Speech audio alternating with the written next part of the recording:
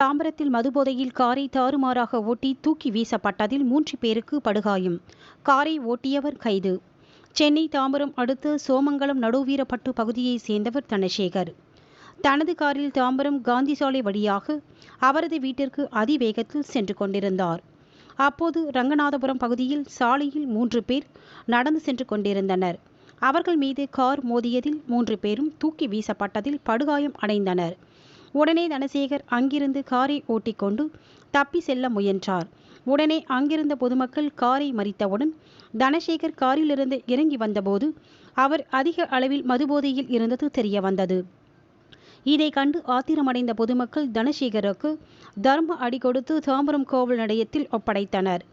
காயமடைந்த தாம்பரம் பகுதியைச் சேர்ந்த சோனியா, காஞ்சனா, ராஜசேகர் மூவரையும் மீட்டு அருகில் உள்ள தனியார் மருத்துவமனையில் சிகிச்சைக்காக அனுமதித்தனர். மேலும் இச்சம்பவம் குறித்து குரோம்பேட்டை போக்குவரத்து புலனாய்வு போலீசார் விசாரணை செய்து வருகின்றனர்.